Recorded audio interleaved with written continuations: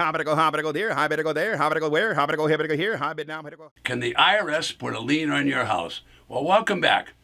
Oh my goodness, what are we going to talk about today? We're going to talk about the Internal Revenue Service, the IRS. So today's episode is a discussion about the Internal Revenue Service and can they put a lien on your house? So you need to know the answer right now, and the answer is definitely yes, the IRS can put a lien on your house. But let's get a little bit of the detail so that you understand this. It's not something to panic about, but it's certainly something you'll want to adjust to. So in this episode, I want to make sure that you understand, number one, I'm not an attorney at law. I'm not a real estate broker. I'm not a financial advisor.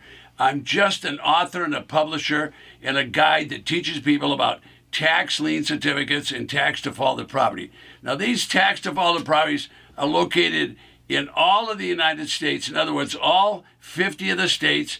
But more importantly, they're always enforced and the business takes place at the county level. So there's over 3,000 counties that sell tax defaulted properties. And that's where you're going to run into, can the IRS put a lien on your house? Because maybe you're going to buy a property, or maybe you already have a property, and could the IRS put a lien on that house? Well, the answer definitely is yes, but within the state, all the laws are mandated by the state legislature, and so the county board of supervisors and, of course, the county commissioners, they do all the enforcements of those laws.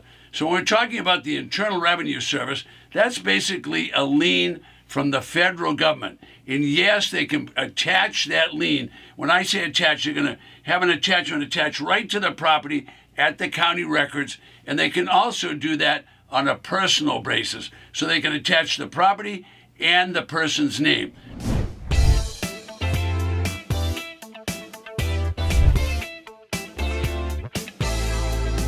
Okay, so I'm going to talk about the nuts and bolts of this business.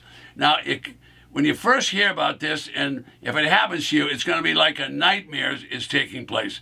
All right? They're not going to come down on top of you, but they are going to put a lien on that property. And when the IRS puts the lien on the property, the only way you're going to get it off the property is you're either going to negotiate with them and get it off the property, which means you're going to pay them some money of some sort, or you're just going to pay the thing off. So the point is, we need to talk about it a little bit so you understand it.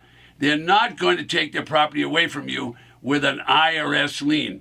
They might end up levying, and if they do end up levying, they could take it away. But let's go through the basics of this so that you get some idea of what's going on. The county government wants their money. So there's all these different taxes. So locally, it's called a property tax. State tax is called a state tax.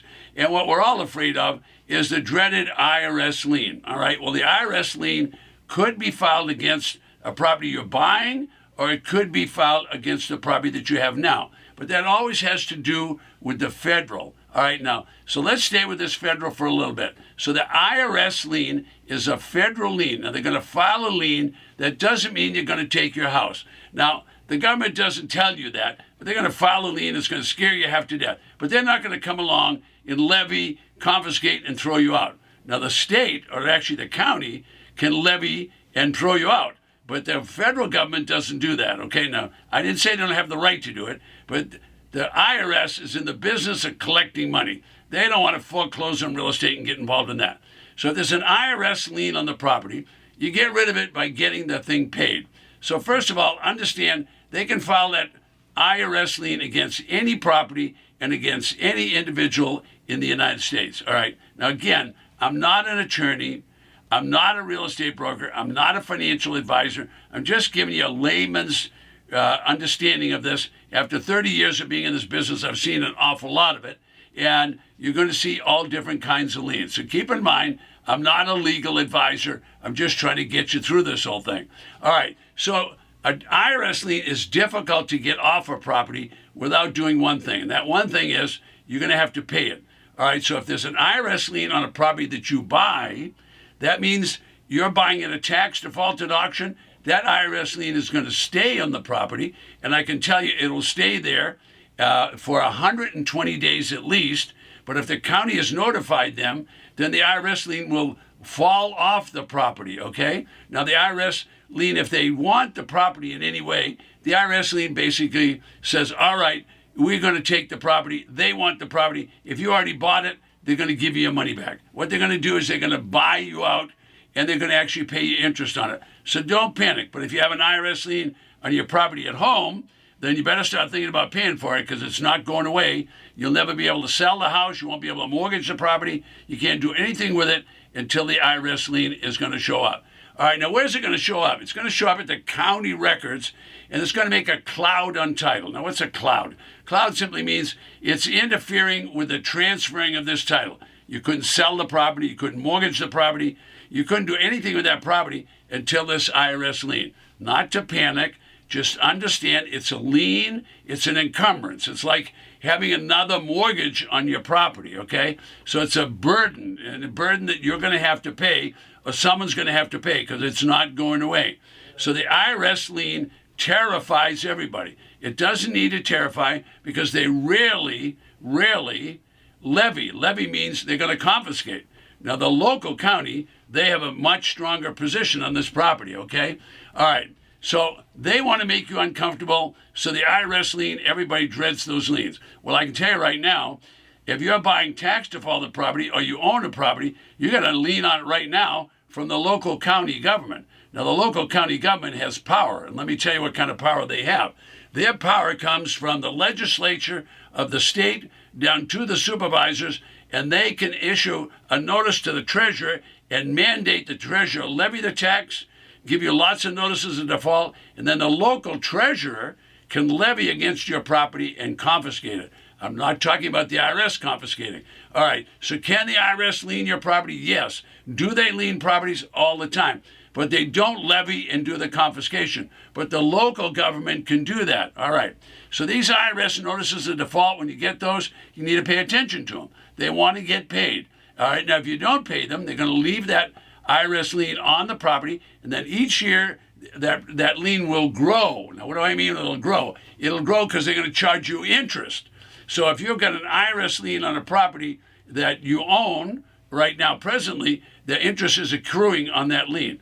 If you're buying a tax defaulted property, it could have an IRS lien on it, but more than likely that lien will drop off the property. If everybody's done what they're supposed to do, if everybody follows the rules, that lien will drop off the property. However, if the IRS wants the property and you've already bought it, no problem. Okay, it's a property you bought at the tax auction. They will buy you out. They'll buy you out and actually pay you some money for doing it. All right, when you go to sell the property, you're going to find these IRS liens, all right? All right, title officers, what are they going to do? As soon as they see that there's an IRS lien or even a state government lien or a county lien on the property, everything's going to stop until they figure out who's going to pay it, the buyer or the seller, or who's going to pay it. All right, but tax defaulted properties are happening in over 3,000 counties are going to have tax defaulted auctions. They could already have an IRS lien on the property. All right, so a lot of people are going to panic. Oh, I got an IRS lien on the property. I'm not buying that one. Well, if you know the rules, and you need to get into it, and I'm not going into the rules now because I'm not an expert and I'm not an attorney, so the attorney can define the rule and teach you the rules. That IRS lien will fall off the property after 120 days, okay, if the county is given all the appropriate notices. Now, keep in mind, I'm not giving you legal advice. I'm not being your financial planner. I'm not your financial advisor. I'm just trying to teach you a little bit about tax defaulted properties. Now, if you want to take advantage of this business and you want to do it in an honorable, ethical way, there's going to be tons of IRS liens on properties. Now, this episode is all about, can the IRS put a lien on your property? And the answer is yes. So if the property you live in, they could put a lien on that. All right, when you go to tax defaulted auctions on a regular basis, you'll find IRS liens on properties. All right, those IRS liens can be removed by paying them, or they can be removed by law. And the law says that the IRS lien can be removed from the property if the county gives notice of the auction and the IRS has 120 days to decide whether they want to buy that property. If they want to buy it and you have already purchased it, no problem. They'll just buy you out and give you money back plus a small amount of interest, okay? Now, two words that terrify everybody is lien and levy, and there's a big difference between those two. A levy is what you're going to be concerned about. We're talking about IRS liens, and we're talking about tax defaulted liens. All right, so the local county has power, and that power is if you don't pay your taxes, the local county can definitely lien the property. Then they can send you numerous notices of default. If you don't pay the notice of default, then they can levy on the property and they can confiscate it and they'll sell it at auction. The business I'm in is to teach people how to buy at those tax defaulted auction. So let me give you a quick, brief review of how popular that is to do. Tax defaulted properties are available in all 3,000 counties across the United States. I'm not giving you legal advice. I'm giving you advice about these auctions. Anybody can attend the auction. They're going to sell the property in a public environment to the highest bidder. Now, how did this property get to auction? The local county confiscated the property. They're going to resell the property for basically very close to the back taxes. They want to get rid of the property, so they sell very close to the back taxes. That means you can get 60%, 70%, 80% discount on these tax defaulted properties. And once you buy it, you own it, and then you can resell it into the marketplace at a higher price. So is that a business? Yes. Actually, there'll be 5,000 auction in 3,000 different counties that'll take place.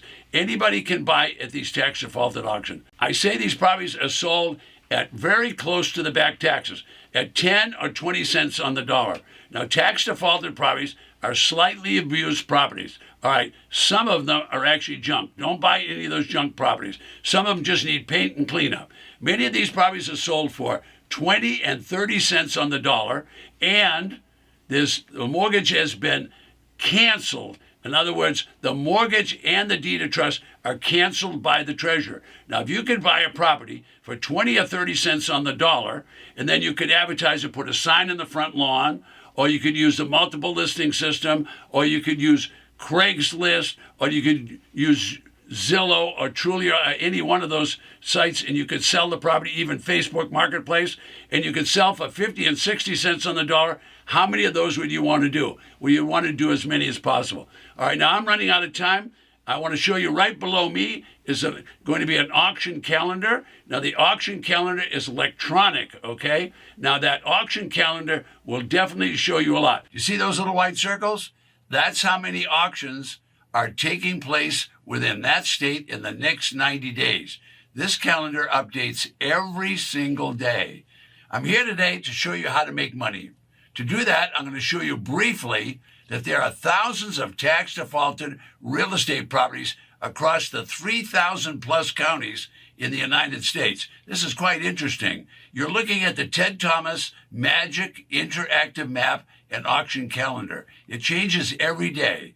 Now, I created the calendar and the map so I would know how many auctions are taking place every day in the United States. Now I can show the little guy how to make money.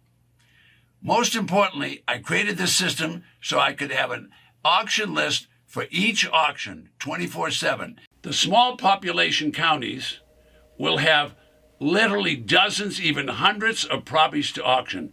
The large population counties will have hundreds and even thousands of tax defaulted properties.